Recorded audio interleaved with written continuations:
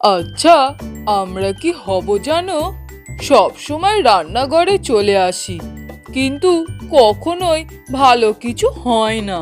আচ্ছা, তুই তো ভাবছিস আমি সোনালি আলু, কিন্তু মনে রেখো আমিও একদিন রান্নায় গিয়েছি। তুই ঠিক জানিস সেই দিন কি হয়েছিল?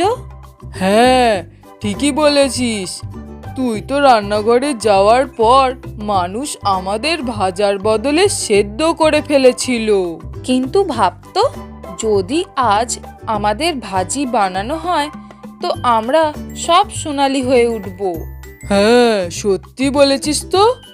আমি তো ভাবতেই পারিনি আলু ভাজা সবচেয়ে ভালো হয়। আর একবার আমি বলেছিলাম না, তুই সব সময় দুশ্চিন্তা করিস, কিন্তু কখনোই মজা করতে চাস না। আচ্ছা, এবার একটু মজা করি। কিন্তু জানিস, আজ আমাদের অনেক আলু হয়ে থাকতে হবে, তবেই রান্নাঘরে কাজটা জমবে। সঠিক কথা। আর জানিস, যদি রান্নাঘরের টেবিলে বসে শুয়ে থাকতে পারি তাহলে কিভাবে সবাই তাকিয়ে থাকে। তুই বল, রান্নাঘরেই তো সবাই আমাদের ভাজতে চায়, কিন্তু জানি না শেষমেশ আমরা কিছু হতেও পারি। সব আলুর মধ্যে আমাদের তো সবচেয়ে দুষ্টু এবং মজার হওয়া উচিত। ঠিকই বলেছিস।